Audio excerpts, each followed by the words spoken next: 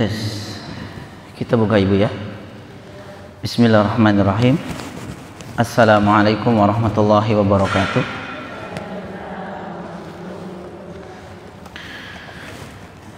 Innal hamdalillah, segala puji hanya milik Allah Subhanahu wa taala. Nahmaduhu wa nasta'inuhu wa nastaghfiruh wa na'udzu billahi min shururi anfusina wa min sayyiati a'malina.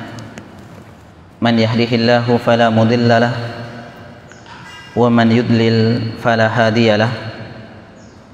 Asyhadu an la ilaha illallah wahdahu la syarika lah wa asyhadu anna Muhammadan abduhu wa rasuluh. Allahumma salli ala Muhammadin wa ala ali Muhammad. Qala ta'ala ya ayyuhalladzina amanu taqullaha haqqa tuqatih wa la tamutunna illa wa antum muslimun. Amma ba'du. Wa qala nabiyyu sallallahu alaihi wa ala alihi wasallam, fa inna astaqal hadithi kitabullah wa khairul huda huda Muhammadin sallallahu alaihi wasallam wa syarrul umuri muhdatsatuha wa kullu muhdatsatin bid'ah wa kullu bid'atin dhalalah wa kullu dhalalatin finnar. Ibu-ibu yang dirahmati Allah Subhanahu wa taala, dengan memanjatkan puji dan syukur kita kepada Allah Subhanahu wa taala, alhamdulillah kita dikumpulkan kembali untuk bersama-sama melakukan dan melaksanakan satu di antara kewajiban kita kepada Allah Subhanahu wa taala, yakni melakukan ibadah ilmu, ibadah menuntut ilmu, di mana Nabi sallallahu alaihi wa ala alihi wasallam dalam sebuah hadis mengatakan tullabul ilmi faridatun ala kulli muslim, atau kama qala Nabi sallallahu alaihi wasallam. Menuntut ilmu agama itu faridah, yakni wajib atas orang-orang yang mengaku dirinya sebagai seorang muslim. Tentu muslimah ibu ya, namun tidak ada lafaz tambahan muslim wa muslimah. Tambahan ini sebagian ulama mengatakan bahwa tidak ada asalnya. Wallahu alam. Yang dimaksud muslim di sini tentu muslim wa muslimah. Kewajiban untuk menuntut ilmu syar'i. Untuk apa ibu-ibu sekalian kita menuntut ilmu agama? Untuk apa ibu sekalian? Untuk bekal beramal kita. Untuk bekal beramal kita. Jangan sampai amalan yang kita lakukan itu tidak diawali dengan ilmu. Tidak diawali dengan ilmu. Karena berbeda ibu-ibu sekalian rahimani wa rahimakumullah, amalan yang diawali dengan ilmu dengan amalan yang tidak diawali dengan ilmu berbeda. Jangankan masalah agama ibu-ibu sekalian rahimakumullah, masalah dunia saja itu akan berbeda. Saya sering mencontohkan ibu-ibu sekalian rahimakumullah, jika listrik ya di daerah kita, di perumahan kita atau di rumah kita terjadi konsleting ya, redup atau mati semua. Ada yang mengatakan mungkin ada kerusakan di bagian ini. Nah, kalau ibu atau mungkin suami ibu yang mungkin awalnya tidak mengetahui bagaimana tata cara apa namanya, tentang ilmu tentang kelistrikan,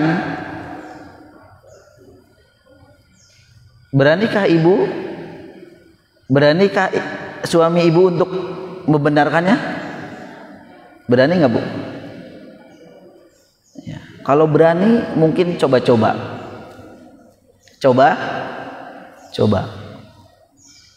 Jadi misalkan dinamo, ya, dinamonya mungkin terbakar.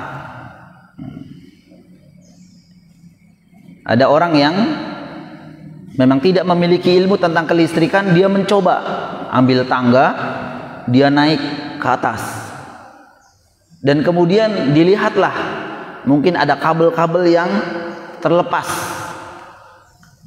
Ya, ini udah orang nekat kalau seperti ini, Bu, ya.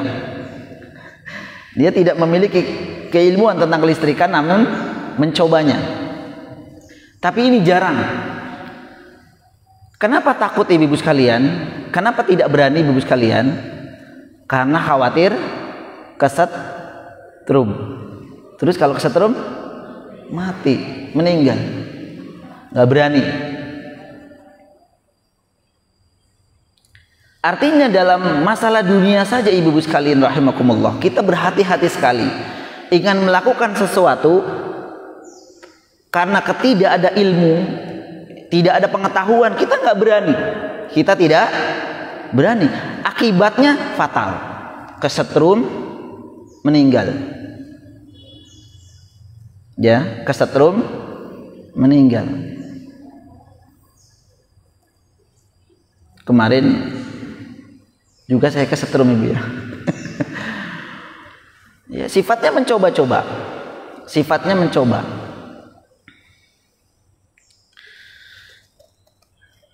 Kalau toh misalkan ada orang yang naik model nekat, ibu, ya, kemudian dia mengira ini kali kabel hitam sama merah ini disambung, kemudian dia coba, ibu, ketika disambung ternyata nyala.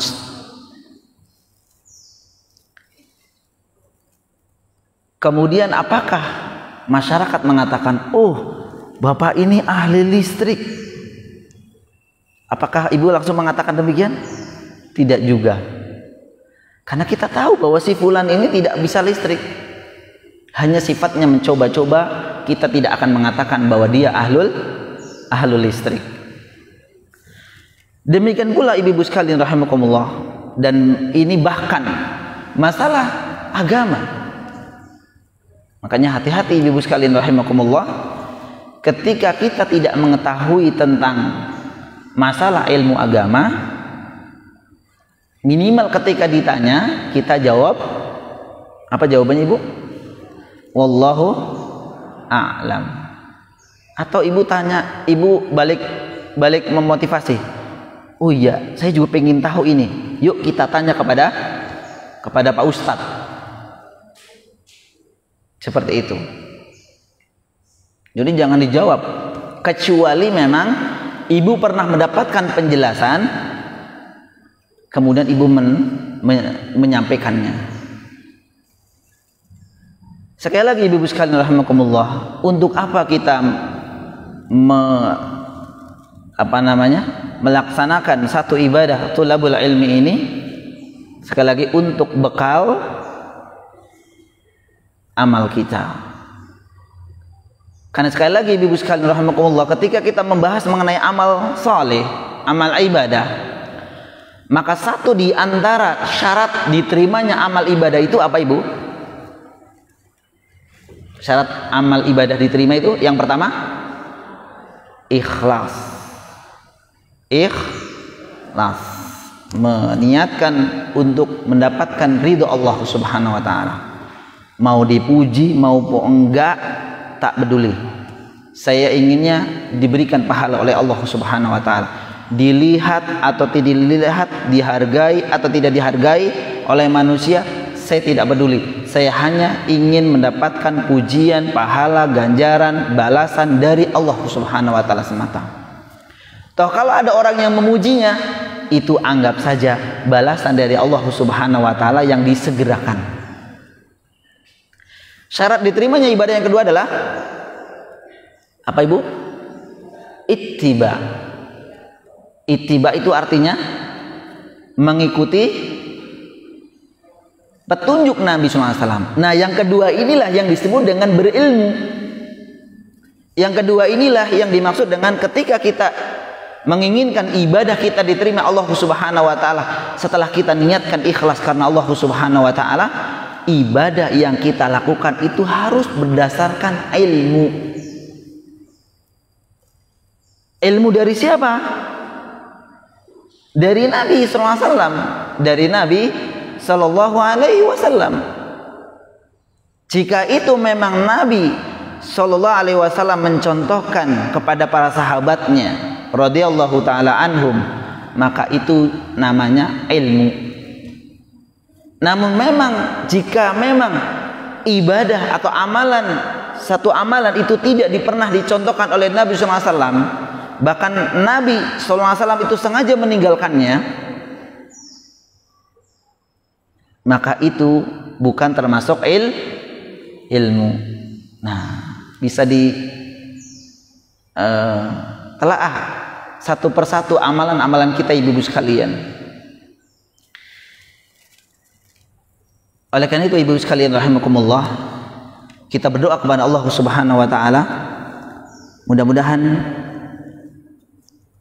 ibadah di pagi hari ini diterima Allah Subhanahu wa taala dan menjadikan wasilah bagi kita dicintai Allah Subhanahu wa taala.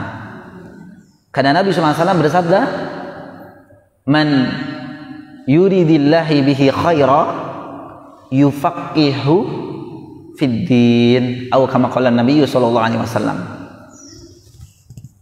Barang siapa yang dikehendaki kebaikan oleh Allah Subhanahu wa taala, ya, dikehendaki kebaikan oleh Allah Subhanahu wa taala, maka tandanya ibu-ibu sekalian, itu Allah akan memberikan kepahaman kepada mereka, kepada orang yang dicintai Allah ini, kepada orang yang dikehendaki kebaikan oleh Allah ini, yaitu kepahaman terhadap agamanya.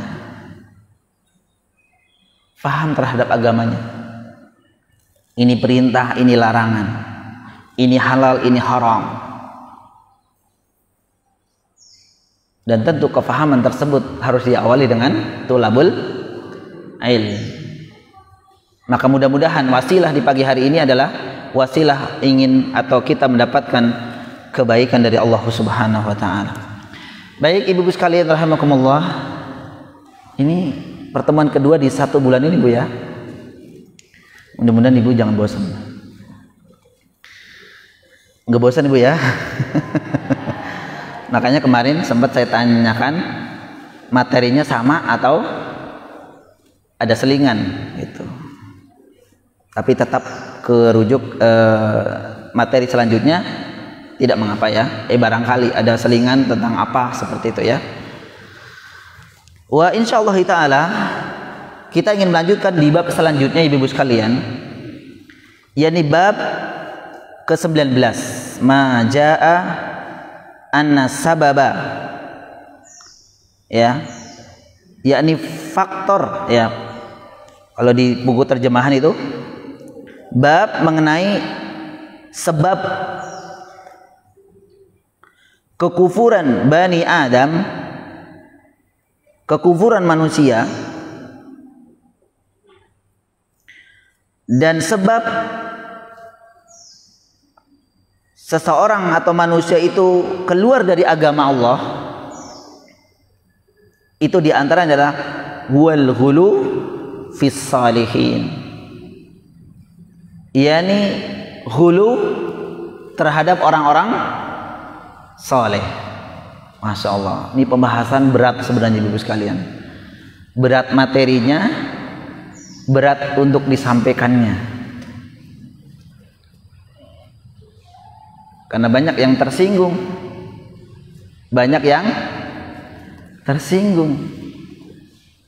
ya. Kenapa tersinggung ibu? Karena ternyata materi atau bab ini mengkritisi amalan-amalan yang sudah beredar, sudah dilakukan oleh kebanyakan kaum muslimin. Namun mudah-mudahan kita yang hadiri tempat yang mulia ini atau di pagi yang mulia ini mendapatkan petunjuk dari Allah Subhanahu wa taala, Ibu ya. Yani bab faktor atau yang menyebabkan seseorang itu kufur. Nah, kalau di sini sebutkan kafir. Nah, kufur sama kafir beda apa sama?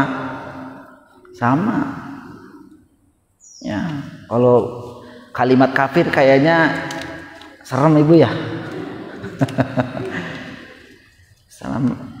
Serem. Mau bilang kafir tuh, Ustadz jangan bilang kafir dong. Kayaknya kok. Ya kenapa? Karena Allah Subhanahu wa taala menyebutkan dalam Al-Qur'an juga kafir. Ya, menyebut orang-orang yang memang ingkar kepada Allah Subhanahu wa taala itu dengan sebutan kafir. Bahkan ada satu surat khusus yang menyebutkan tentang keadaan orang-orang kafir. Surat apa Ibu? Al-Kafirun. Aduh ganti ada Ustadz, non muslim aja. Nah sebenarnya bahasa ini nggak apa-apa dipakai, non muslim. Ya. Tapi masya Allah Ibu sekalian, selama mungkin ya kita mengatakan kafir ini bukan untuk yang maksud gimana ya? Kalau yang bilang kafir itu ekstrim itu maksudnya mungkin mengatakan saudaranya kafir kamu. Nah itu mungkin ya Ibu ya, itu juga tidak boleh. Karena ketika tidak terbukti apa yang kita tuduhkan kepada saudara kita itu kafir, maka dia akan berbalik. Faliyadzubillah. Maka hati-hati Ibu ya, jangan mengatakan kafir kepada saudaranya. Intinya Ibu sekalian, yang menyebabkan dari sekian sebab ya, insyaallah ada mungkin sedikit disinggung di sini. Dari banyak sebab yang menyebabkan seseorang atau manusia itu menjadi kafir, kufur.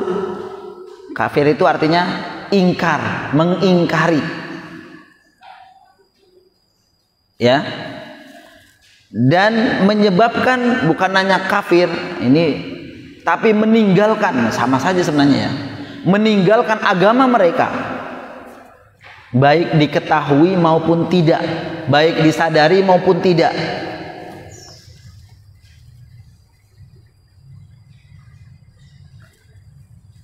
Adalah sebabnya itu adalah huwal ghulu fis salihin, yakni sikap ghulu kepada orang-orang saleh. Orang-orang saleh. Kita awali Ibu sekalian, mahwal ghulu, biar nanti Ibu paham. Kita sering mengucapkan ghulu tapi Ibu tak mengetahui, kan repot. Mahwal ghulu, apa arti ghulu Ibu sekalian? Kita sering mendengar ghulu itu artinya ya, ghulu itu berasal dari ghala yaghlu ghulwan, yang artinya melampaui batas dari ukuran yang semestinya. Ghulu itu artinya melampaui batas dari ukuran yang semestinya. Itu namanya ghulu. Jadi kalau ukuran aturan sudah sampai di sini, kok dia lebih daripada aturan, itu namanya ghulu. Ghulu ya.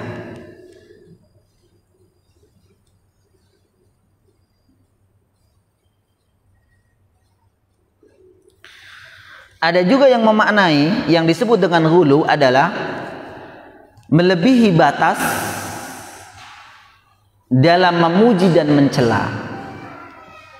Melebihi batas dalam memuji maupun mencela. Ibu memuji seseorang lebih dari batas kedudukan dia, itu namanya ghulu. Nabi, saya contohkan Ibu ya, Nabi SAW itu bukan hanya dipuji oleh sahabat-sahabatnya, bukan hanya dipuji oleh umatnya, namun juga atau bahkan dipuji oleh siapa? Allah Subhanahu wa taala. Apa ayatnya? Wa innaka la ala khuluqin azim. Dan sesungguhnya engkau wahai Muhammad. Ini yang memuji siapa? Allah Subhanahu wa taala kepada Muhammad, Nabi Muhammad SAW. Wa innaka la ala khuluqin azim. Wahai sesungguhnya engkau wahai Muhammad itu berada dalam atau memiliki khuluq, akhlak yang azim, yang agung. Subhanallah. Allah memuji nabinya Muhammad SAW. Begitu juga kita juga memuji Nabi SAW. Ya, kita juga memuji Nabi Sallallahu Alaihi Wasallam.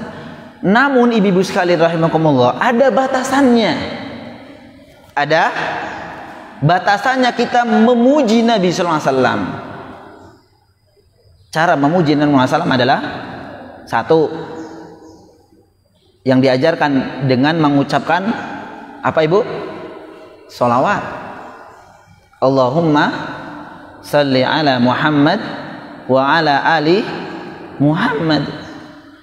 Atau dengan ibu membaca sallallahu alaihi wasallam.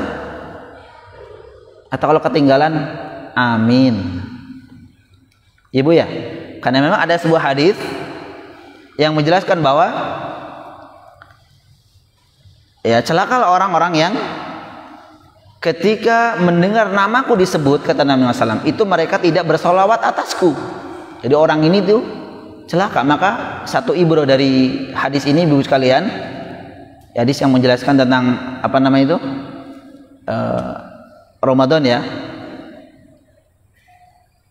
Ya ini ketika ibu atau kita mendengar nama Nabi Muhammad disebut, maka kita mengucapkan sholawat sallallahu alaihi wasallam. Atau dengan ibu mengatakan Allahumma salli ala Muhammadin wa ala ali Muhammad.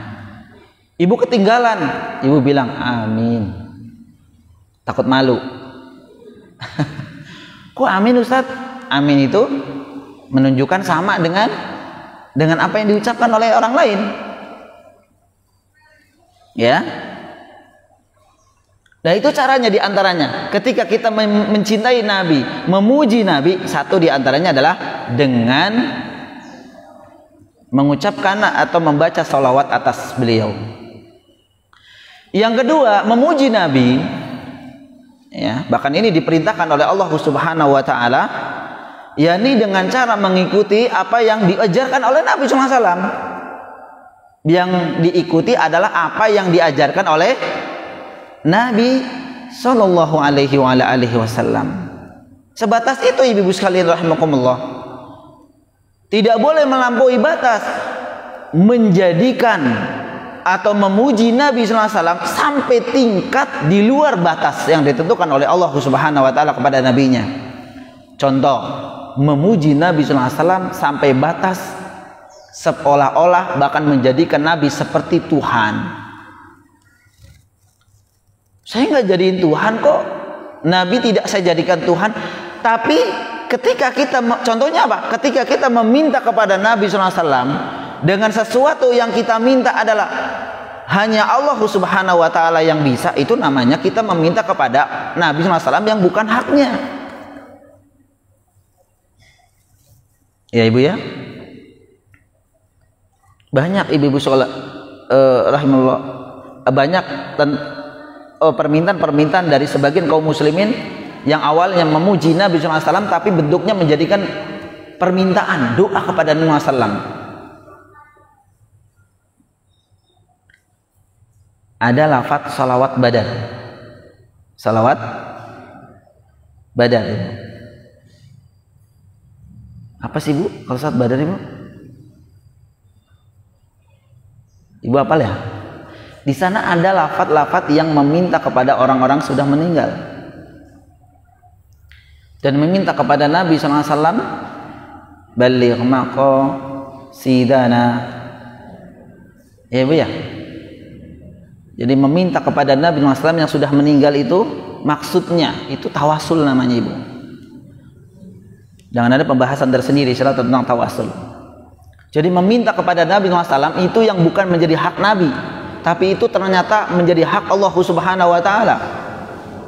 Nah, itu namanya berlebihan atau ghulu. Bahkan ibu-ibu sekalian rahimakumullah, bisa menjadikan yang kita puji itu menjadikan Tuhan. Ya. Selain dari Nabi SAW juga banyak. Makanya nanti di sini banyak disebutkan ya dalil-dalil mengenai hal tersebut. Baik, ini tentang pengertian ghulu ibu ya. Jadi ibu sudah mengetahui bahwa ghulu itu maknanya adalah melampaui batas dari ukuran yang semestinya, atau ada yang mengatakan bahwa yang disebut dengan ghulu adalah melebihi batas ketika memuji atau mencelanya. Begitu juga mencela, bukan hanya memujinya. Kalau mencelanya itu sampai mengakibatkan dia melebihi batasannya, maka ini pun termasuk ghulu. Ini makna dari ghulu ibu sekalian. Kita lihat ibu sekalian rahimani wa rahimakumullah. Mu'allif rahimahullah taala menyebutkan banyak dalil di sini ya. Membawakan dalil. Yang pertama adalah qauluhu azza wa jalla, yakni firman Allah Subhanahu wa taala di surat An-Nisa ayat 171. Allah Subhanahu wa taala berfirman, a'udzu billahi samiil alim minasyaitonir rajim, ya ahlal kitab la taghlu fi dinikum wa la taqulu 'ala Allahi illal haqq. Wahai ahlul kitab, yang dipanggil ahlul kitab kembali kepada siapa ibu? Yahudi dan Nasrani, orang-orang yang diberi kitab. La taghlu fi dinikum, janganlah kalian melampaui batas dalam agamamu. Janganlah kalian melampaui batas dalam agamamu. Wala taqulu 'ala Allahi illal haq, dan janganlah kalian mengatakan terhadap Allah kecuali perkataan yang benar. Ini dalil yang pertama yang disebutkan oleh mu'allif rahimahullahu taala. Fi sahih, dalam riwayat Sahih Al-Bukhari an Ibnu Abbas radhiyallahu anhuma, ya, ini dari tafsir Ibnu Abbas, ya, dari tafsir Ibnu Abbas mengenai firman Allah Subhanahu wa taala tadi, mengenai firman Allah Subhanahu wa taala dalam surat Nuh ayat 23, wa qalu la tadharunna alihatakum wa la tadharunna wadda wa la suwa'a wa la yaghutsa wa ya'uqa wa nasra. Dan mereka berkata, janganlah kalian sekali-kali meninggalkan sesembahan atau tuhan-tuhan kalian, dan janganlah pula kalian meninggalkan sesembahan kalian Wad, kemudian Suwa, kemudian Yahud, Ya'uq dan Nasra. Di dalam surat Nuh, mereka, ya, umat Nabi Nuh alaihissalam itu mengatakan kepada yang lainnya apa? Janganlah kalian meninggalkan sesembahan kalian, dan janganlah kalian meninggalkan sesembahan kalian Wadda, Suwa, Yahud, Ya'uq, wa Nasra, yang disebutkan dalam ayat yang mulia ini.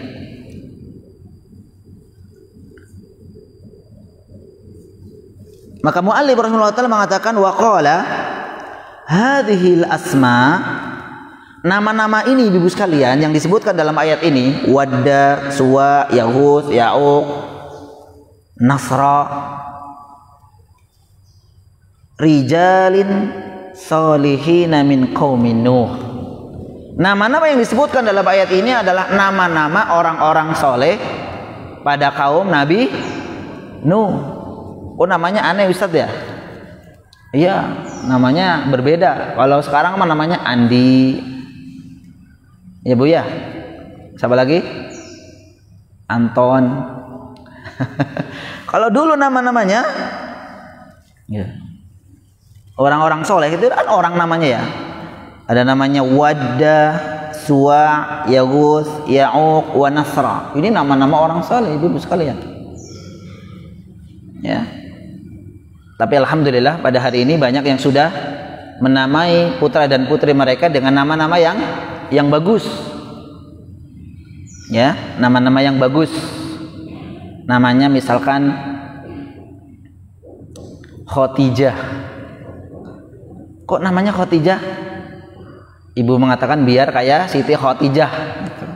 Kesabarannya, kecantikannya, ketaatannya, ketawaladanannya, dan seterusnya. Kan harapan ibu seperti itu, ibu ya? Iya. Laki-laki namanya Umar. Biar kayak Umar. Ya, pemberani.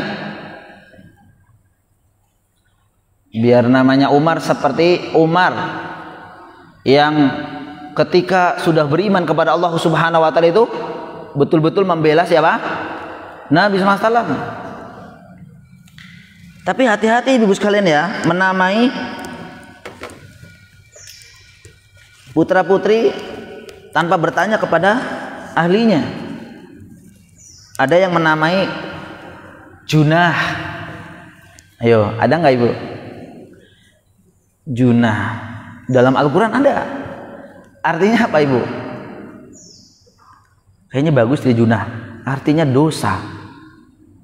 Masya Allah. Masa anak kita dipanggil Junah gitu ya? Atau nama kita, ini buat ya sedikit buat ibu-ibu ya. Namanya Zurni Laila. Cakep sekali. Cakep nggak bu? Zurni Laila. Ayo coba kalau artinya apa? Kunjungi aku di malam hari. Zurni Laila, masya Allah. Zurni Laila, kunjungi aku di malam hari. Ya Allah. Jadi jangan asal ambil Arab ibu. Kemudian menjadikan ibu bangga, jangan. Subhanallah, jangan ya. Saya banyak mendapati yang nama-namanya gitu. Ya nama-namanya kita kasih nama-nama sahabat Nabi SAW.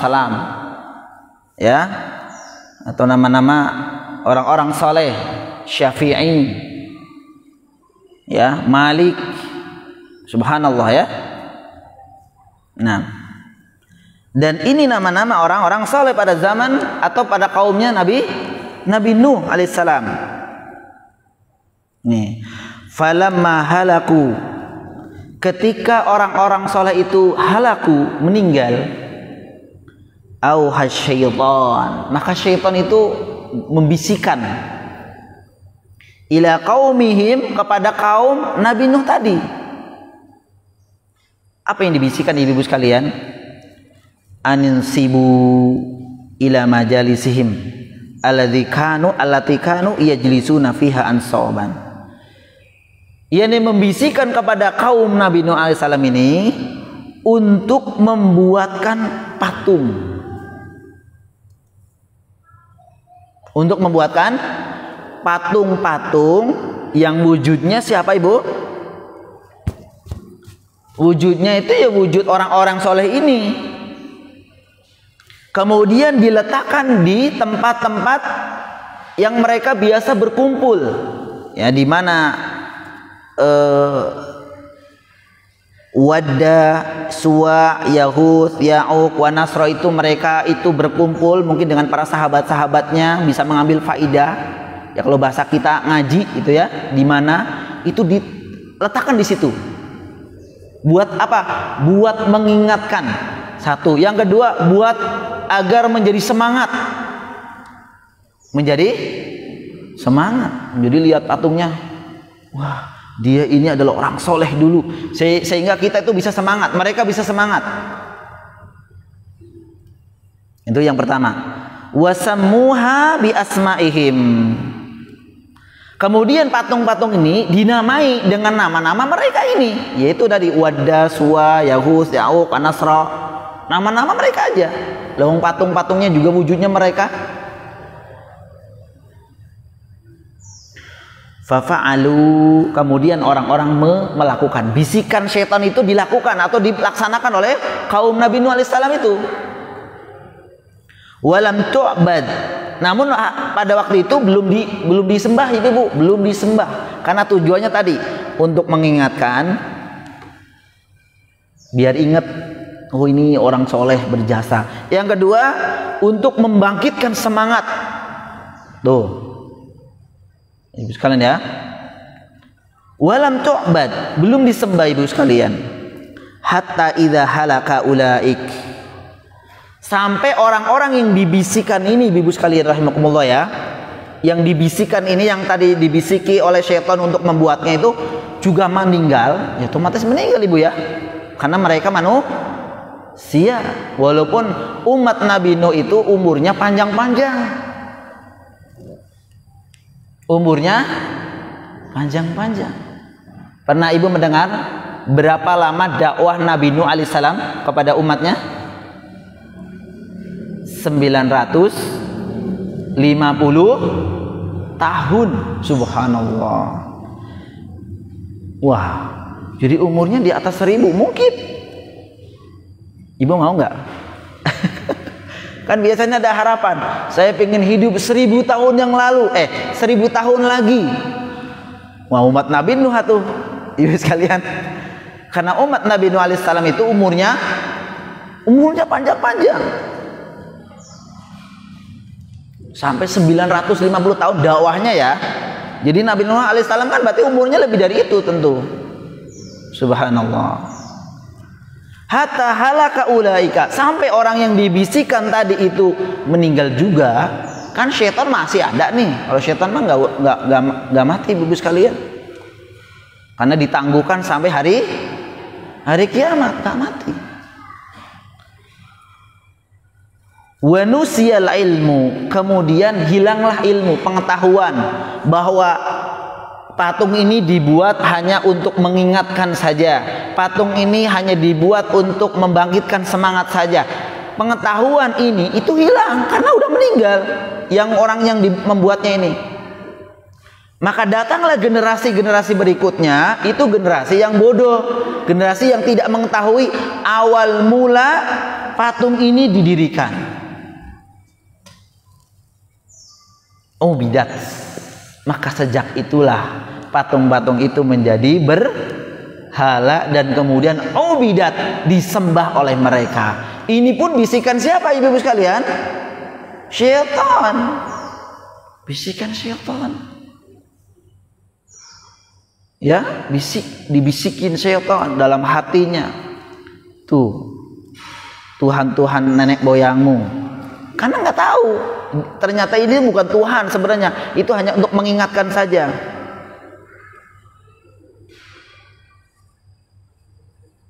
Ya. Wa qala Ibnu Qayyim rahimahullah taala, dan berkata Ibnu Qayyim rahimahullah taala, banyak kalangan terdahulu salafus saleh, ya salaf, yang berkata, yang mengatakan bahwa setelah mereka meninggal, ya, lamma matu aqifu ala kuburihim. Sebagian salah mengatakan bahwa ketika orang-orang soleh itu meninggal, ibu-ibu ya, lamma matu aqifu, maka mereka itu aqifu, iktikaf. Iktikaf itu artinya apa sih Bu?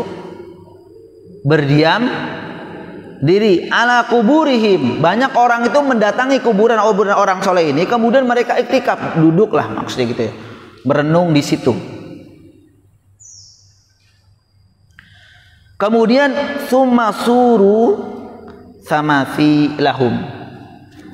Kemudian syaitan itu membisikkan. Suru maksudnya dibisikkan untuk membuat suar. Suar artinya apa? Ya, gambar. Gambar Ibu ya. Atau bentuknya patung. Gambar atau patung. ya, diletakkan di kuburan-kuburan mereka ini, di sampingnya. Sumatala alaihim.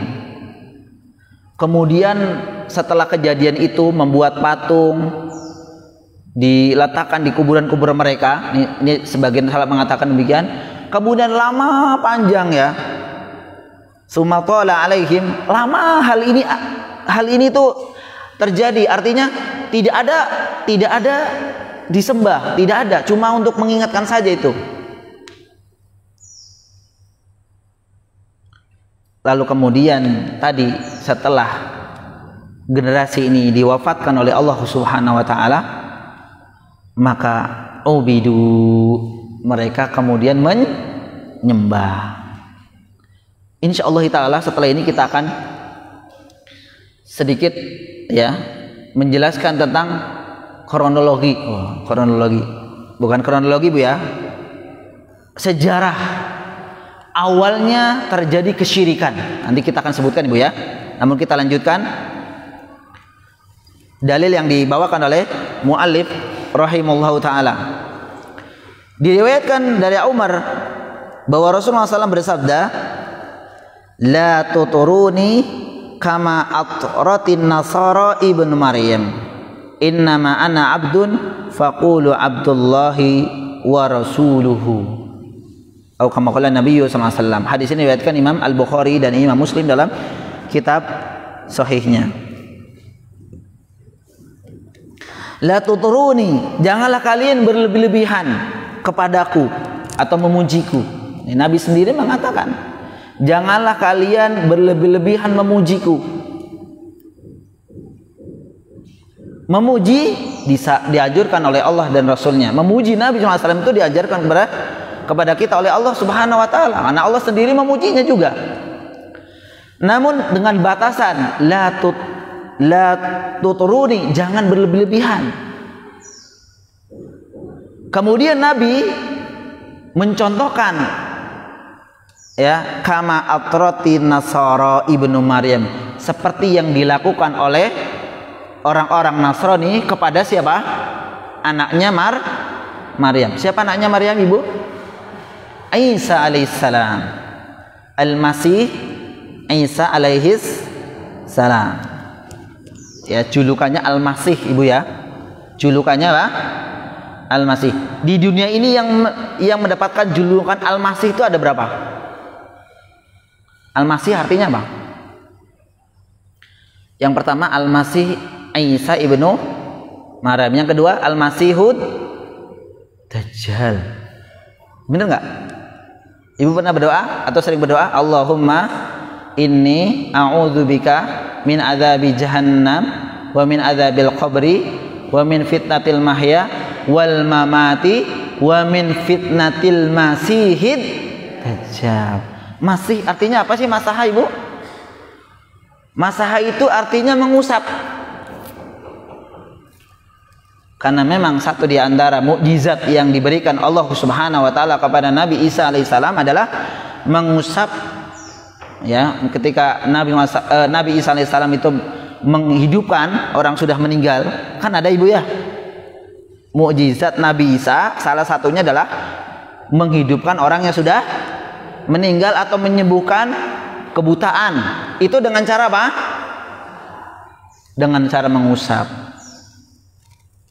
Begitu juga Dajjal la'natullah. Itu juga nanti kelak faliyudzubillah. Kita berlindung kepada Allah Subhanahu wa taala jangan sampai bertemu dengan Dajjal, Ibu sekalian ya. Karena Dajjal fitnahnya luar biasa. Nah, nanti ada pembahasan sendiri, mudah-mudahan ada pembahasannya tentang Dajjal.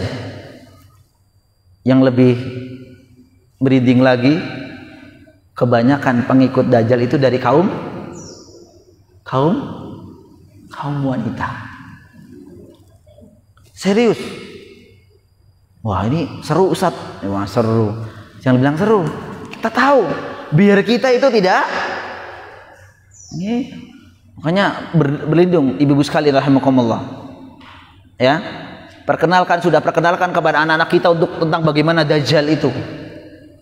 Dajjal, Ibu. Yang hidup hanya 40 hari. Tapi satu harinya 1000 tahun. Ya, bener nggak? 40 hari hidupnya Dajjal, tapi satu harinya 1000 tahun. Waliyadzubillah. Maka fitnahnya luar biasa. Dan kebanyakan pengikut Dajjal adalah kaum wanita. Masya Allah, luar biasa fitnahnya. Maka satu di antara doa yang diajarkan oleh Nabi Muhammad SAW adalah kembali. Kenapa Isa alaihissalam itu disebutkan Al-Masih? Karena tadi yang disebutkan. Jadi ada dua, Ibu ya. Ya.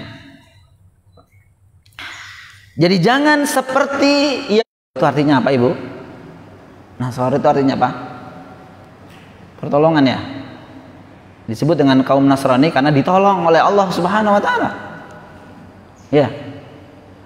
Yang memuji Isa ibnu Maryam itu berlebihan. Apa contoh sifat berlebihan mereka, ibu-ibu sekalian? Sampai memujinya sampai derajat kepada ketuhanan. Kan mereka bukan menyembah Allah lagi, menyembah Isa alaihissalam. Menyembah Isa itu kan udah berlebihan, namanya ghulu. Ya, berlebihan, melebihi dari batas yang telah ditentukan. Kita cinta kepada Nabi SAW. Kita memuji Nabi SAW, namun tetap dalam koridor. Karena Nabi SAW menyebutkan, innama ana abdun, sesungguhnya saya itu hanya manusia biasa. Manusia biasa, namun dimuliakan oleh Allah Subhanahu wa taala dengan menerima wahyu. Manusia biasa, buktinya apa ibu sekalian? Ketika beliau perang, waktu itu kita bahas di bab, saya lupa ya, ketika Nabi Muhammad SAW itu perang itu kena goresan pedang di muka, perang Uhud, ibu ya. Kemudian juga gigi beliau itu sampai tumpul, sampai sampai copot. Tuh, ini menunjukkan bahwa Nabi SAW itu manusia biasa. Nabi SAW itu meninggal itu dikarenakan apa, ibu? Takdir Allah. Memang benar takdir Allah. Tapi maksudnya sebab secara dunia itu apa, ibu? Sakit, bener nggak? Sakit, bener nggak sakit, ibu? Bahkan sakitnya itu sakitnya hebat, luar biasa, ibu sekalian. Subhanallah, ketika kita membaca sejarah detik-detik ketika Nabi SAW itu meninggalnya di tanggal berapa? 12 bulan Rabiul Awal. Kok banyak orang yang merayakan kematiannya ya? Seneng banget ya, Nabi meninggal. Faliyadzubillah. Kalau lahirnya para ulama ahli sejarah itu berbeda pendapat. Kalau lahirnya Nabi SAW itu para ulama berbeda pendapat. Namun kalau meninggalnya Nabi SAW itu sepakat ahli sejarah hari Senin, ya, tanggal 12 Rabiul Awal. Maka hati-hati ketika kita ihtifalu bi maulidin Nabi SAW, ternyata masih diperdebatkan oleh ahli sejarah. Namun ternyata tanggal 12 itu adalah sepakat ulama sejarah bahwa itu hari kematian wafatnya Nabi Shallallahu Alaihi Wasallam. Masa kita merayakan kematian Nabi?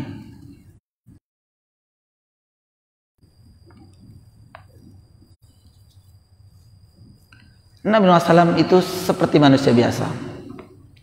Ketika beliau sakit, dan ini mengantarkan kepada wafatnya beliau SAW, berjumpanya Nabi SAW pada Allah, ya, wafatnya oleh orang Yahudi. Diberi hadiah oleh orang Yahudi berupa daging domba. Bahwa orang Yahudi ini perempuan nih, itu mengetahui bahwa Nabi SAW itu suka dengan daging kambing, paha, ya, kanan depan. Makanya kenapa kalau kurban itu yang dibagi ke sahibul kurban apa? Ya, pokoknya gede. Ternyata ibu-ibu sekalian, itu dagingnya itu dicampur atau disuntikin racun.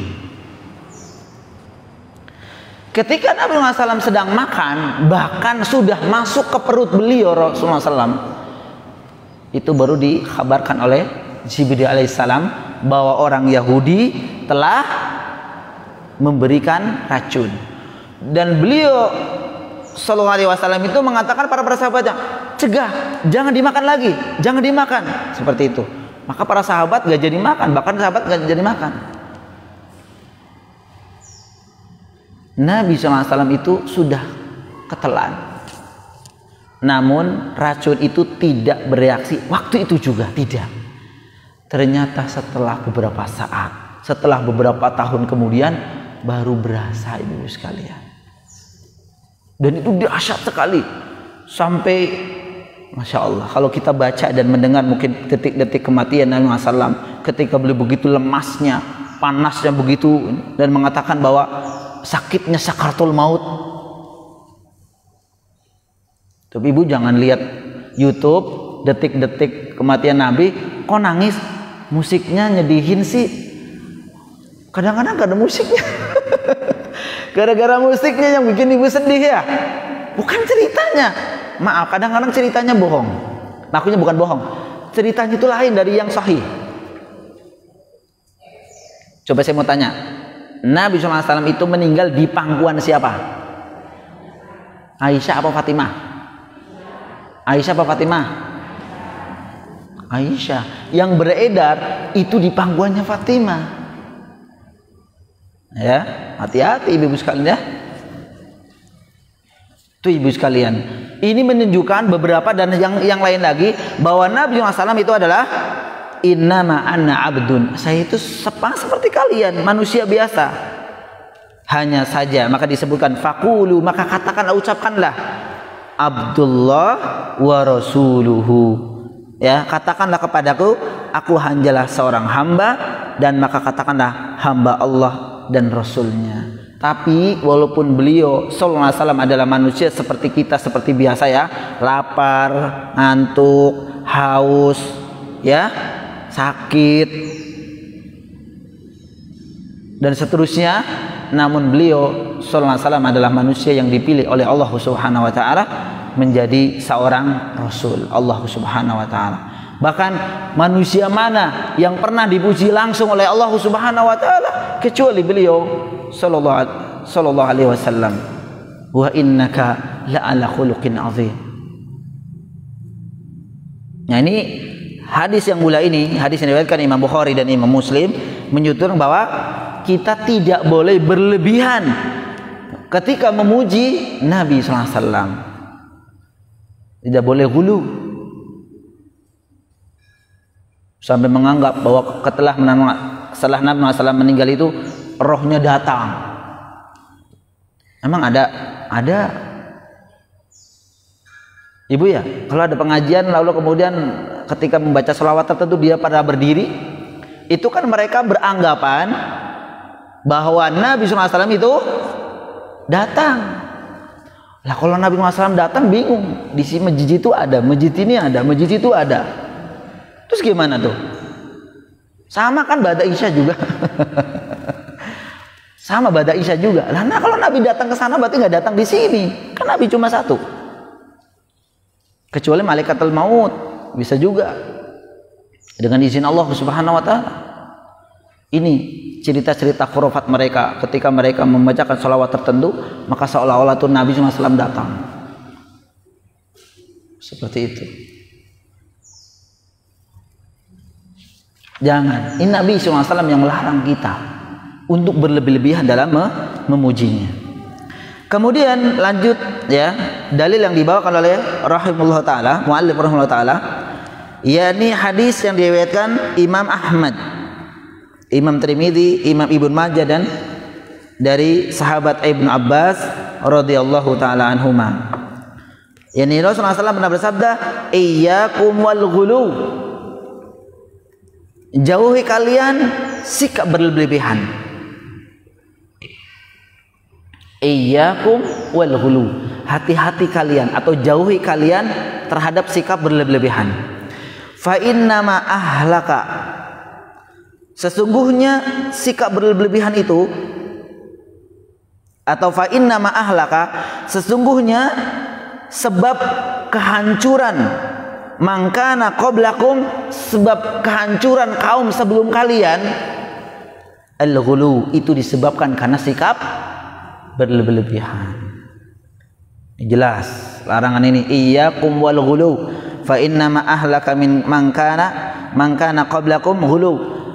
Jauhi oleh kalian karena sebab orang-orang sebelum kalian itu hancur, sebabnya adalah ghulu, karena berlebihan, dihancurkan oleh Allah Subhanahu wa taala. Fal'idzubillah. Dan dalil yang terakhir, yakni hadis yang diriwayatkan Imam Muslim, diriwayatkan dari sahabat Ibnu Mas'ud radhiyallahu taala anhu, bahwa Rasulullah SAW bersabda, halakal mutanatti'un, binasalah orang-orang yang berlebihan tindakannya. Beliau sebutkan kalimat ini sampai salah samarra, sampai 3 kali. Ibu sekalian rahimakumullah, ini dalil yang disebutkan oleh beliau rahimahullah taala. Kita akan bahas ibu sekalian, tadi dibahas menjelaskan satu di antara dalil yang dibawakan oleh muallif rahimahullah taala adalah dalil mengenai dalil surat Nuh. Surat Nuh, surat Nuh ya. Ibu hafal kan? Hafal enggak? Nanti dihafalin ya. Inna arsalna Nuhan ila qaumihi an anzir qaumak, dan seterusnya. Ya, dihafalin ibu sekalian.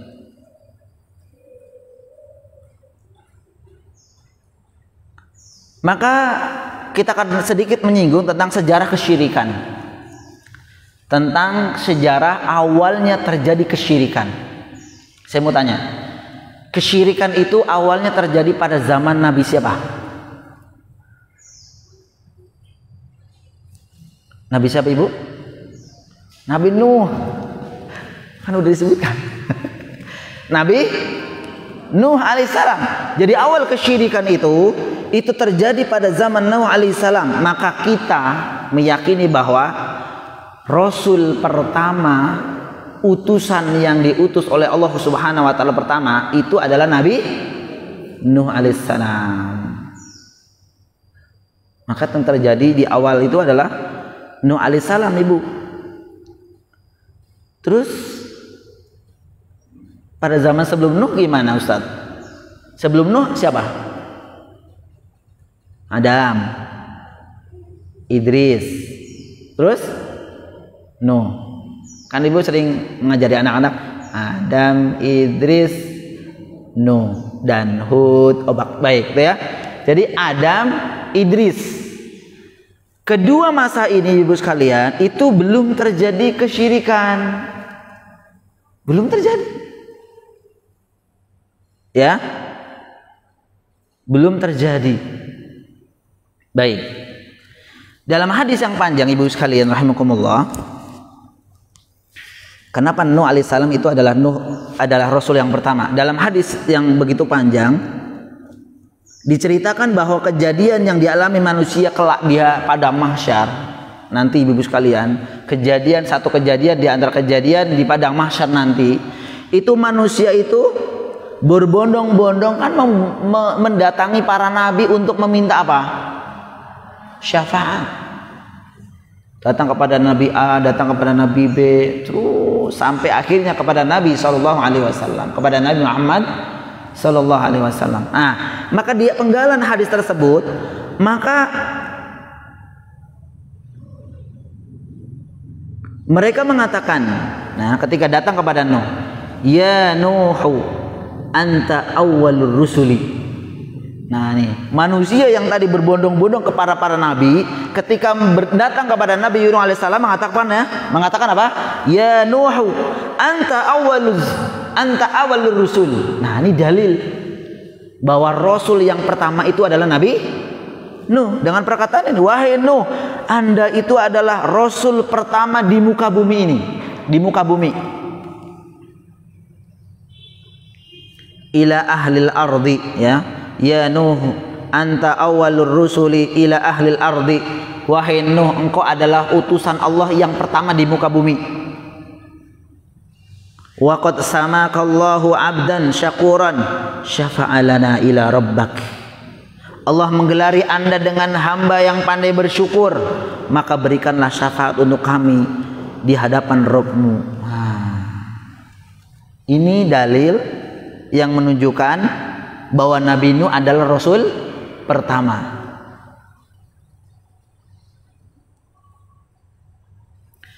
Kalau Rasul yang pertama adalah Nabi Nuh, bagaimana Nabi Adam alaihissalam? Bagaimana Idris alaihissalam? Jadi Nabi Adam alaihissalam itu, ibu sekalian, itu adalah manusia pertama sekaligus Nabi. Betul ibu? Manusia pertama sekaligus Nabi. Namun beliau, Nabi Adam itu bukan Rasul. Rasul itu artinya apa sih bu? Utusan. Rasul itu artinya utusan, diutus oleh Allah untuk menyampaikan wahyu kepada umatnya. Nah, itu disebut dengan Rasul.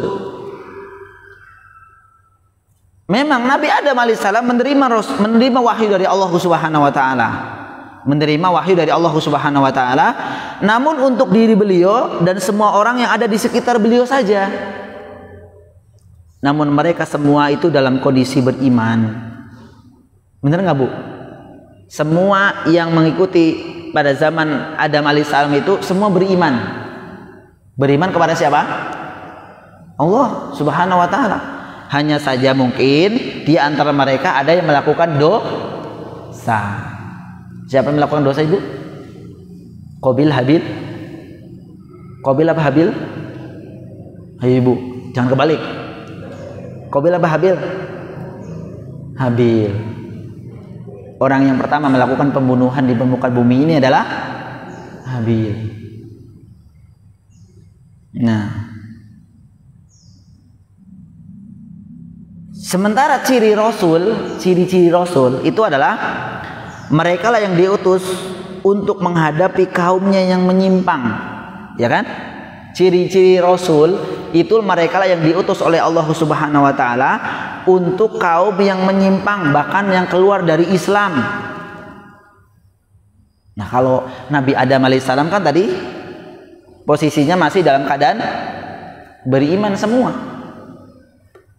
maka belum dikatakan Rasul. Maka yang pertama terjadi diutusnya Rasul untuk kaumnya itu adalah Nabi Nuh alaihissalam. Antara Nabi Adam dengan Nabi Nuh ibu sekalian itu jaraknya itu antara jarak Adam sampai Nuh ibu itu jaraknya ada 10 generasi. 10 generasi.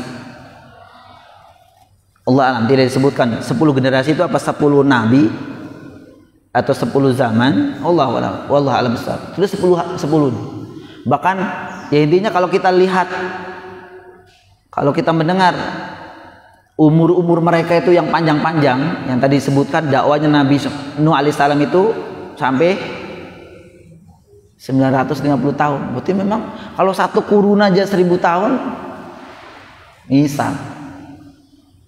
Subhanallah ya. Sebelum Nabi Nuh diutus, tidak ada satupun manusia yang berbuat kesyirikan, ibu sekalian. Tidak ada yang berbuat kesyirikan dan berbuat kekufuran kepada Allah Subhanahu wa taala.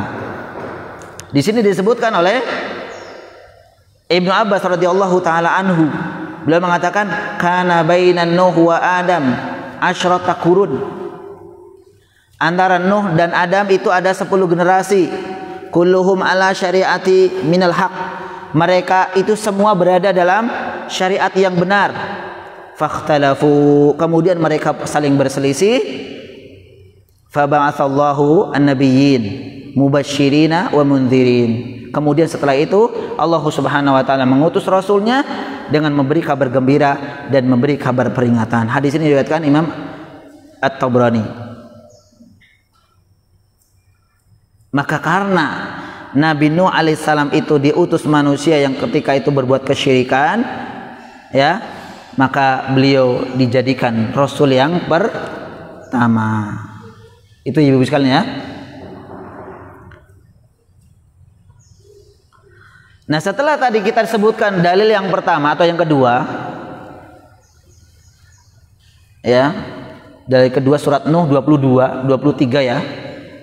Tapi kita baca dari ayat 21 Ibu. Ketika Allah Subhanahu wa taala menjelaskan, ini perkataan Nuh, qala Nuhur rabbi innahum asawni wattaba'u man lam yazidhu maluhu wa waladuhu illa khasara wa makaru makaran kubbara. Ayat 23 ada di buku Ibu.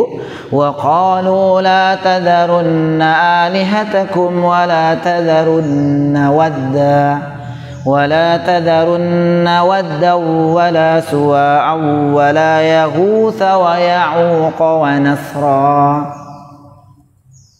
Nuh berkata, qala Nuhu rabbi, wahai Tuhanku, innahum asawni, sesungguhnya mereka itu telah mendurhakaiku, wattaba'u man lam yazidhu maluhu wa waladuhu illa khasara, dan mereka juga telah mengikuti orang-orang yang harta dan anak-anaknya tidak menambah kepadanya kecuali kerugian, dan melakukan tipu daya yang amat besar. Wa qalu la tadarunna alihatakum, dan mereka mengatakan janganlah kalian meninggalkan Tuhan-Tuhan kalian, wala tadarunna wadda, dan jangan kalian meninggalkan sesembahan wadda, wala suwa, dan tidak juga sesembahan suwa, wala yaghutsa wa ya'uq wa nasra, dan janganlah kalian meninggalkan sesembahan Yaghuts, Ya'uq dan Nasra. Siapakah berhala-berhala itu Ibu sekalian? Tadi udah disinggung. Berhala-berhala mereka itu adalah nama-nama orang soleh. Asma'u rijalin solihina min qaumin Nuh. Ya, tadi disebutkan. Yani nama-nama yang disebutkan itu tadi dalam ayat 23 surat Nuh itu, nama-nama itu adalah rijalin solihin.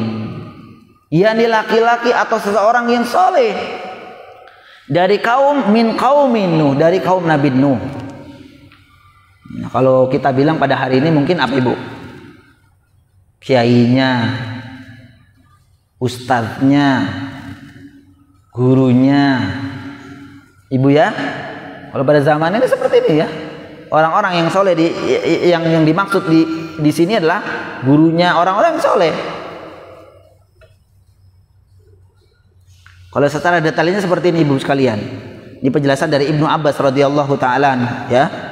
Berhala-berhala yang ada pada kaum Nabi Nuh itu diwarisi oleh orang-orang Arab. Diwarisi oleh orang-orang Arab sebelum itu. Wadda itu berhala milik Kalb di Daumah Al-Jandal. Di mana Ibu ya? Pokoknya di sana deh ya. Suwa itu milik kaum Huzail. Itu ternyata masing-masing itu memiliki itu. Mungkin ini punya kiai, ini punya kiai, punya kiai. Ketika mereka meninggal itu, ya ini. Yaghuts milik Murad di negeri Sabah. Ya'uq milik Hamdan. Nasr milik Himyar Aludil Kala. Nah, ini nama-nama urip Ibu ya, nama-nama yang asing bagi kita ya.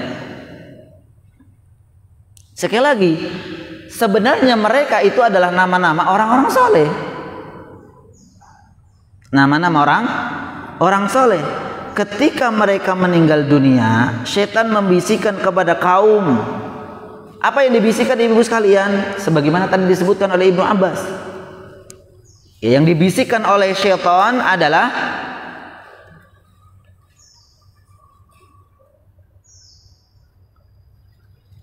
anin sibu ila majalisihimul lati kanu yajlisuna fi ansaban. yakni dibisikkan kepada orang-orang yang ditinggalkannya tadi agar dibuatkan patung.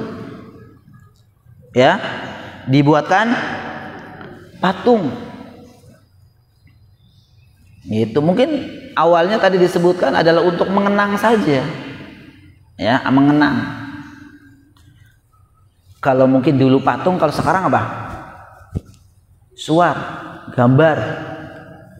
Makanya hati-hati ibu-ibu sekalian ya. Mungkin awalnya ibu itu memasang gambar atau foto, ya, foto siapa? Uyut. Ya, uyutnya dipajang di kamar ibu. Ya, mungkin anak-anak ibu tahu, ya, kita tahu bahwa itu cuma untuk ya mengingat itu tuh nenek kita, itu kakek kita. Walaupun ini juga ada pembahasan sendiri, tidak boleh dipajang kecuali ibu ada di album, ya. Sebagian ulama membolehkan ketika di album. Kalau di album boleh, jadi ibu foto-foto itu dicetak misalkan, nanti dialbumkan, ya, tuh sebagian ulama membolehkan. Allah alam shawab. Tapi kalau sampai dipajang itu nggak boleh. Kenapa tidak boleh? Satu, memang larangan secara khusus, tidak boleh memajang gambar-gambar bernyawa.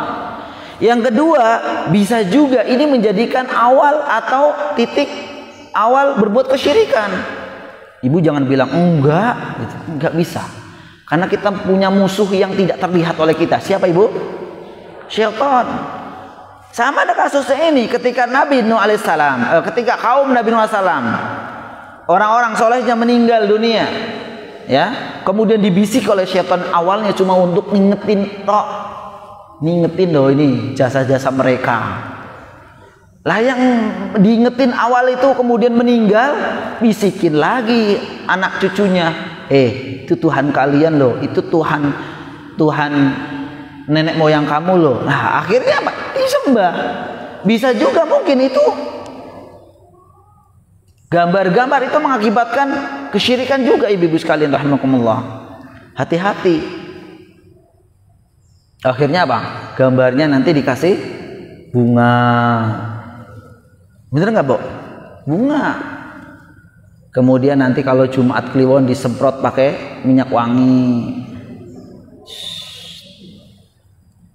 Kemudian kacanya dilap, dikasih sesaji. Kalau ibu punya hajat mau nyunatin anak, Mbah, besok si Anu mau sunat, mudah-mudahan lancar ya. Nah, tuh udah mulai ke sana ibu sekalian. Lagi musim hujan, Mbah, tolong ditahan hujannya. Mudah-mudahan yang datang banyak, yang kondangan banyak. La haula wala quwata illa billah. Dan itu, dulu saya pernah pas waktu mau sunat kok ke kuburan. Ya, dulu kan bawa ginian, Bu, ya. Apa sih nama itu, Bu? Yang bekas, yang kapal, ya, kapal yang di kapal. Apa namanya, Bu? Yang di bawah kelapa itu kan, ya. Yang manggar, ininya manggar. Itu kan buat dupan, Ibu, ya. Dibakar, ada kemenyan kan. Nah, saya ingat aja itu, Bu. Tapi anehnya, Bu, ya, saya dulu ambil itunya, terus saya berlari, Bu, mainan ininya apa namanya, asapnya kan kalau lari kan banyak tuh. Saya diomelin sama ini dulu, saya lari-lari ke kuburan kan, Bu. Jadi ininya masih kecil ya, pas SD dulu.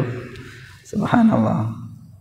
Minta sampai tahap seperti itu, minta agar dilancarkan hajatnya, agar dijaga cucunya misalkan. Minta yang enggak jadinya. Sesuatu yang ini tidak menutup kemungkinan ibu-ibu sekalian. Maka memang kalau syariat memberikan apa namanya ajaran itu memang ada hikmahnya ibu-ibu sekalian rahimakumullah. Kan kita punya sifat pelupa, betul nggak, Bu? Iya. Kalau nggak dicatat gitu ya, apalagi masalah jual beli itu, catat. Ibu nyimpen uang. Ini uang saya gunakan nanti untuk lebaran. Taruh di saku dari baju-baju yang ada di lemari ibu. Pas waktu naruh ingat, batik warna hijau, kantong yang sebelah dalam, sebelah kanan. Jangankan setahun, 2-3 hari di mana ya kemarin ya, kan? Itu ibu sekalian, kita memiliki sifat lupa. Jangan, makanya berbahaya sekali ketika ada syariat yang melarang, dilarang untuk memajang foto. Itu bukan hanya larangan secara ini, tapi itulah manfaatnya. Nah, maka dari paparan di atas ibu sekalian, itu bisa disimpulkan bahwa kesyirikan yang pertama kali itu pada zaman Nabi Nuh alaihissalam, ya, kesyirikan. Kemudian sebab terjadinya kesyirikan di bumi ini itu karena mengagungkan terhadap orang-orang soleh yang telah meninggal. Tuh yang kedua ibu sekalian, sebab terjadinya kesyirikan itu karena mengagungkan orang-orang soleh yang telah meninggal. Oleh karena itu ibu sekalian, ini menunjukkan bahwa bahayanya kita mengkultuskan orang-orang soleh. Ya, berawal dari kultus sampai kemudian orang itu bisa menyembah orang soleh tersebut. Faliyadzubillah. Maka ibu sekalian rahimakumullah, Nabi SAW itu melarang dengan jelas semua sikap dan sifat berlebih-lebihan.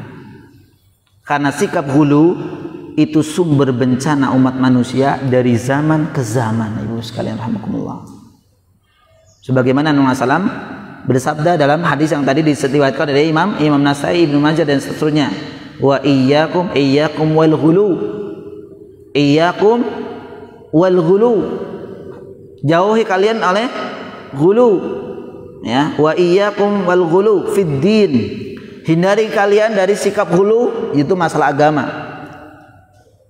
Fa inna ma ahlaka man kana qablakum al ghulu fid din, karena yang membinasakan umat sebelum kalian itu disebabkan hulu terhadap agama.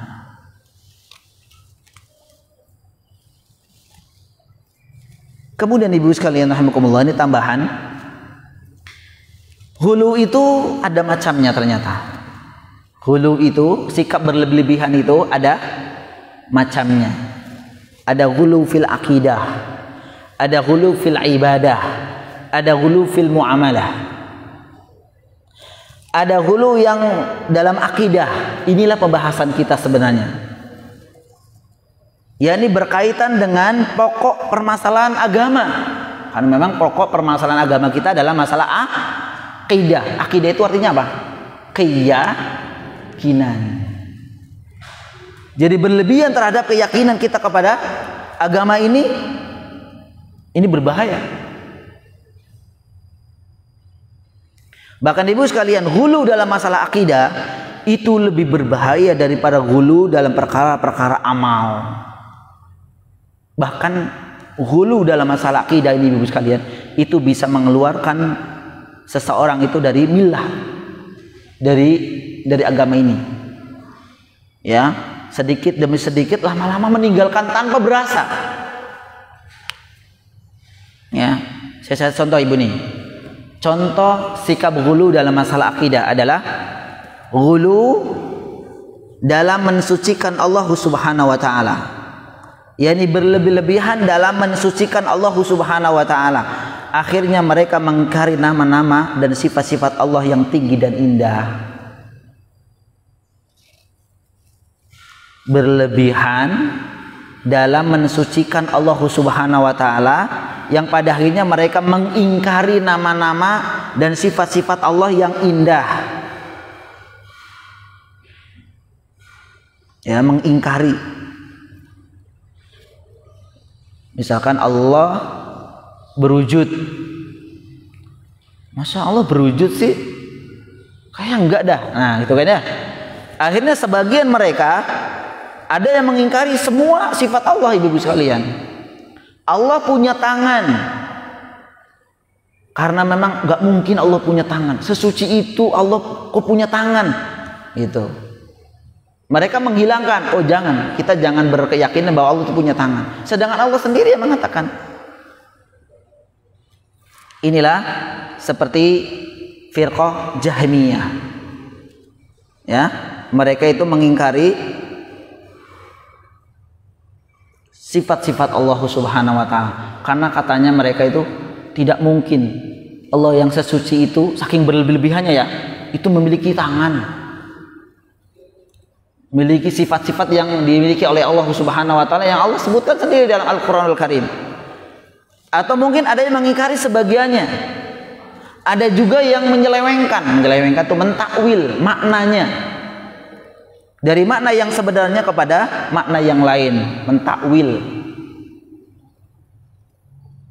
Ya, misalkan tangan Allah itu ditakwili dengan kekuasaan Allah. Ada nggak Bu kayak gitu? Ada. Makanya hati-hati Ibu ya. Ibu jangan terkecoh dengan kajian-kajian yang wah ustadznya itu hafal hadis, hafal Al-Quran. Lihat akidahnya. Ternyata tidak mengakui bahwa ya, Allah itu punya tangan. Tidak mengakui Allah itu turun. Tidak mengakui itu Allahu alal arsy istawa, Allah itu di atas arsy. Tidak mengakui mereka. Banyak ya.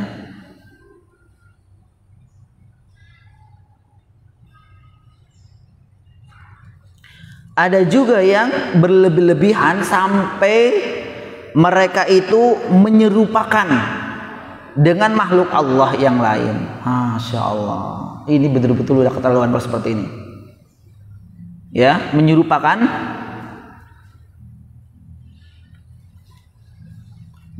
sifat Allah itu dengan makhluknya. Ini yang contoh yang pertama. Contoh yang kedua Ibu sekalian, yang termasuk hulu dalam masalah akidah juga adalah seperti yang dilakukan oleh kaum Syiah Rafidhah. Mereka berlebihan terhadap siapa Ibu? Terhadap sahabat Ali ibn Abi Thalib dan Ahlul Bait.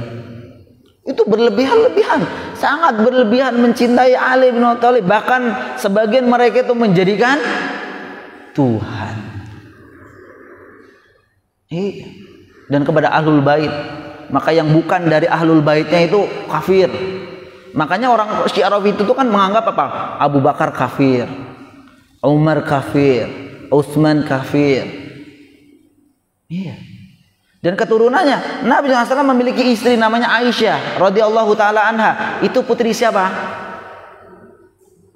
Putri Abu Bakar, kafir. Hati-hati Ibu sekalian ya.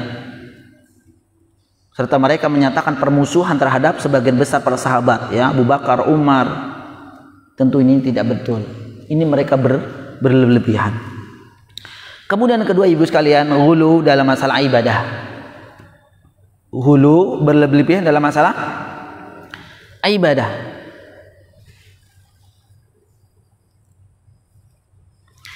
Di antara bentuk hulu dalam masalah ibadah adalah, nah contohnya Ibu nih, melakukan sholat malam semalam suntuk tidak berhenti.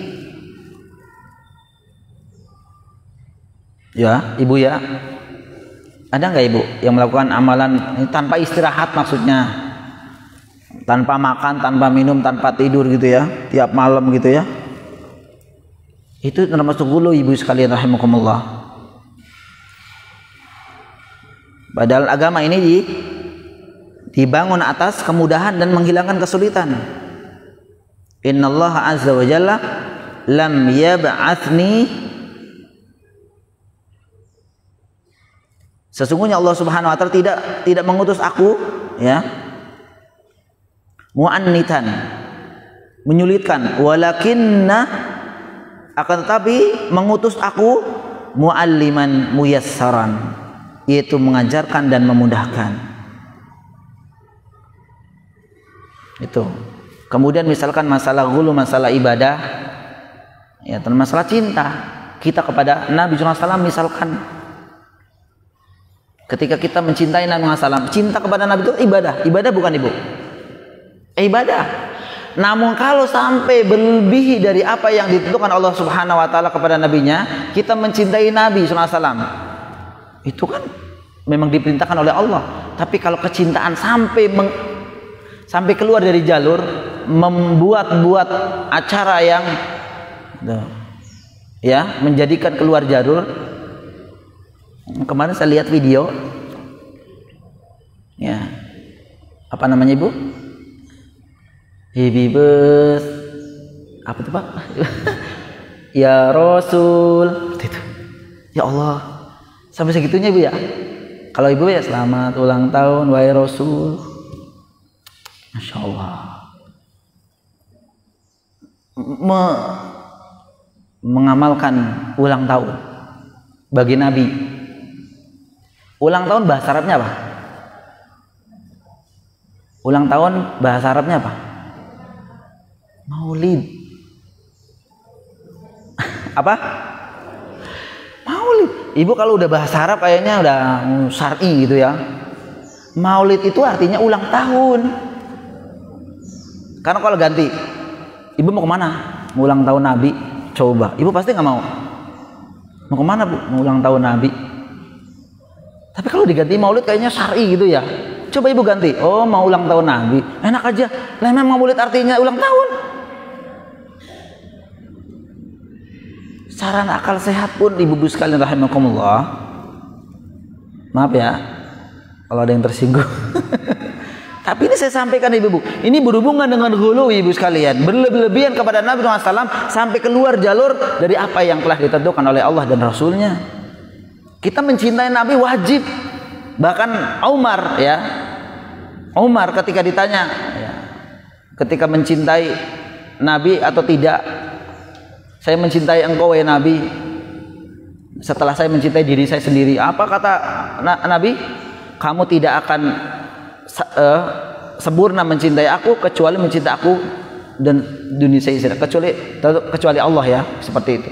Maka sejak inilah aku mencintaimu lebih dari selainnya ya, termasuk diri saya.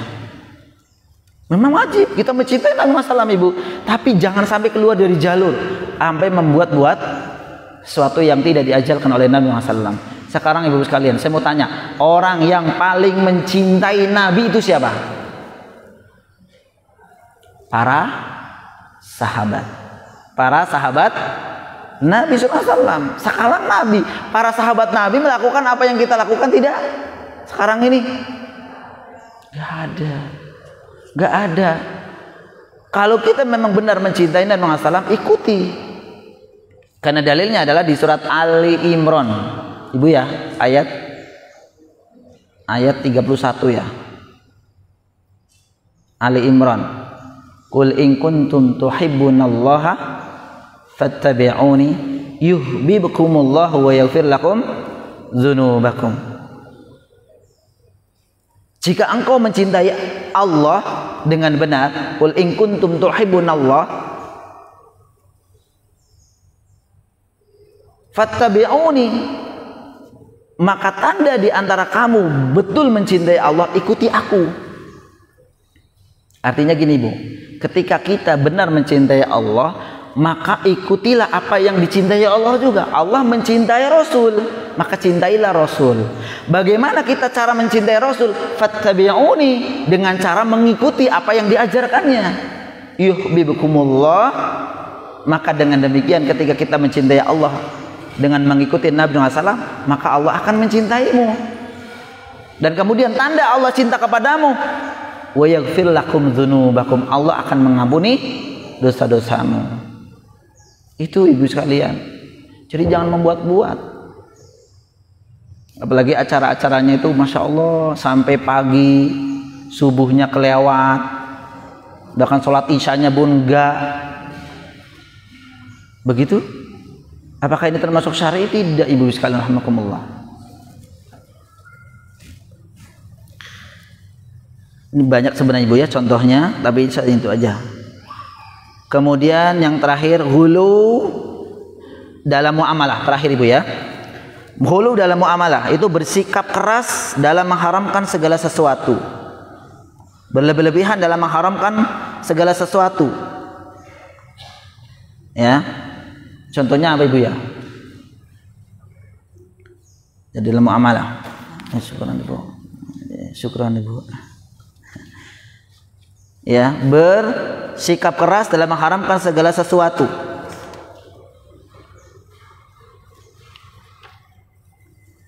Lawannya adalah menggampangkan atau bermudah-mudahan. Contoh misalkan ya dalam masalah jual beli Ibu ya. Itu Ibu hati-hati misalkan ini tanpa riba gitu. Benar nggak Bu? Tapi ketika diteliti ternyata tetap aja riba. Ya mungkin karena dibelokkan. Nah, sekarang kan apa-apa riba, benar nggak Bu? Ibu jual beli tanpa riba, tapi dosa yang lain dilakukan, itu juga jangan sampai. Memang riba itu dosanya itu luar biasa. Dosa yang paling ringan, riba yang paling ringan itu seperti apa Ibu? Setara dengan berzina dengan ibu kandung. Fadiyuzubillah. Itu dosanya itu, dosa riba itu yang paling rendah itu Bu. Apalagi yang paling atas, maka berhati-hatilah. Tapi juga jangan hati-hati. Tapi juga hati-hati. Karena banyak orang yang hanya misalkan bebas riba, ternyata kesalahan-kesalahan yang lain. Contoh, Ibu misalkan membuat ya pesanan kue bebas riba. Memang benar bebas riba Ibu ya. Ya, tapi ternyata mungkin Ibu menipunya apa? Ya mungkin bahannya naik, bahannya nggak naik juga satu. Yang kedua, ini fresh, ternyata itu roti yang sudah 2-3 hari yang lalu. Bu ya, banyak kan? Ya demikian, itu praktek-praktek jual beli seperti itu. Tidak amanah juga, tidak amanah. Ya, Ibu dapat pesanan dari ibu ini dikirim jam 10. Udah iya, ternyata ada datang lagi pesanan jam itu juga. Waduh, Ibu gagalin yang itu. Bu maaf ya, nggak jadi. Ternyata Ibu tetap buat yang kedua karena mungkin, nah itu juga nggak boleh. Man sabaqa wa huwal haq. Barang siapa yang pertama kali itu dia lebih berhak Ibu. Makanya kalau Ibu ngelayanin orang beli, yang pertama siapa tadi? Gitu. Jangan yang paling tua. Nenek sini nek. Datang itu apa orang yang Ibu hormati. Coba lihat yang pertama siapa tadi? Oh Ibu ya, layanin. 2 layanin. Makanya betul kalau memang ada apa namanya Bu? Kalau biasa saya lihat tukang-tukang es itu ada catat gitu ya, dimasukin itu ambil dari bawah, itu adil insya Allah. Dan seterusnya Ibu ya. Wallahu a'lam bishawab. Ibu sekalian rahimakumullah, ini pembahasan mengenai bab 19. Sebenarnya kalau saya lihat masih panjang banget ya, karena pembahasan ini lebar, tapi secara umum insya Allah sudah tersampaikan apa yang dari pembahasan bab 19 ini. Baik, satu pertanyaan sebelum kita tutup. Barakallahu fiik ya Ustaz, wa fiik barakallah. Afwan Ustaz, apakah sikap berlebihan itu juga disebut dengan bid'ah? Dan apakah bid'ah itu juga diampuni? Baik, ini sebenarnya masalah ibadah tadi Bu ya. Ya, masalah ibadah tadi saya contohkan tadi belum selesai ya. Jadi di antara hulu dalam masalah ibadah adalah melakukan perbuatan bid'ah. Adalah melakukan perbuatan bid'ah. Ya, melakukan perbuatan hal-hal yang tidak diajarkan oleh Nabi SAW. Itu hulu dalam ibadah, berlebihan. Ya kita katakan mungkin Ibu dia mengatakan niatnya kan baik, begitu Ibu ya. Kalau kita bilang kita nggak boleh, itu bukan ajaran Nabi. Kan niatnya baik, masa nggak boleh? Nah itulah justru ketika dia mengatakan ini kan baik, maka kebaikan itu dinilai oleh dirinya sendiri, bukan dinilai oleh Allah dan Rasulnya. Makanya saya biasa begini, kalau itu memang kebaikan dari kita, menurut kita lakukan. Coba Ibu, salat tarawih itu adzan dan iqomah nggak Ibu? Salat tarawih itu ada adzan dan iqomah nggak? Nggak ada. Coba Ibu praktekan. Mau praktekkan nggak? Mau sholat tarawih ibu azan atau bapak azan, dia pasti oh nggak boleh, nggak ada ajarannya. Lah itu ada, nggak ada ajarannya. Itu kan baik karena sholat itu karena azan itu untuk panggilan sholat. Apalagi Al-Furqan ini kan sholat tarawihnya malam ibu ya. Jam 2 malam itu yang 10 hari terakhir azan. Coba ibu, dalilnya apa? Baik. Bukan hanya baik bu, azan kan itu untuk panggilan untuk sholat. Pasti ibu bilang, wah nggak ada ajarannya. Kenapa hal yang lain tidak dikatakan demikian? Ya, oleh karena itu ini juga contoh di antara hulu terhadap masalah ibadah itu adalah ketika melakukan sesuatu yang tidak diajarkan oleh Nabi SAW itu juga hulu. Demikian.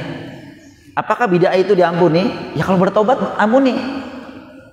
Tapi ibu-ibu sekalian, bahwa dosa maksiat yang paling dicintai syaitan itu apa? Bid'ah. Maksiat yang paling dicintai oleh syaitan itu bid'ah. Kenapa ibu? Kenapa bukan minuman keras, seorang pemabuk-mabuk, orang pelaku zina misalkan, orang yang korupsi misalkan? Kenapa yang dicintai kok malah alul bid'ah, orang yang melakukan bid'ah lebih dicintai? Kenapa? Jawabannya karena orang yang melakukan bid'ah itu kecil kemungkinan untuk bertobat. Bener nggak? Kecil sekali untuk melakukan taubat. Kenapa? Karena bagaimana mereka melakukan taubat? Karena mereka meyakini apa yang dilakukan itu adalah ngeyel. Nah, titik. Tapi kalau ahlul maksiat, khalidzubillah, kita juga berlindung kepada Allah ibu ya dari maksiat. Dia ketika berzina, khalidzubillah, ketika korupsi, ketika dia mencuri minuman keras, dia tuh sadar bahwa yang dilakukan itu nggak boleh. Makanya banyak orang sadar, kemudian maaf ya, rokok, kemudian dia sakit, kemudian ketika sakit dokter bilang bapak jantung stadium 4 gara-gara rokok. Kira-kira ibu gimana bapaknya? Obat ya. Tapi kalau ahlul bid'ah mau sakit pun udah sehat itu lagi. Kenapa? Ya karena menganggap itu baik. Maka setan lebih cinta, lebih suka orang seperti ini. Tapi tentu ibu-ibu sekalian, jangan sampai kita juga pesimis. Tetap kita dakwah kepada mereka. Karena banyak, alhamdulillah, biiznillah, Allah Subhanahu Wa Taala membuka hati orang-orang yang dulu itu, ya, melakukan ini, melakukan itu, kemudian Allah berikan hidayah. Udah banyak. Oleh karena itu ibu sekalian rahimakumullah, insya Allah dosa apapun termasuk dosa kesyirikan, jika memang dia bertobat kepada Allah Subhanahu Wa Taala dengan taubatun nasuha sebelum meninggal ibu ya, maka insya Allah dosa mereka itu diampuni oleh Allah Subhanahu Wa Taala. Baik ibu sekalian rahimakumullah, ini akhir dari pembahasan kita di pagi yang mulia ini. Mudah-mudahan apa yang disampaikan ini bermanfaat bagi kita semua. Wa insya Allah Taala kita akan lanjutkan di pertemuan akan datang, ya.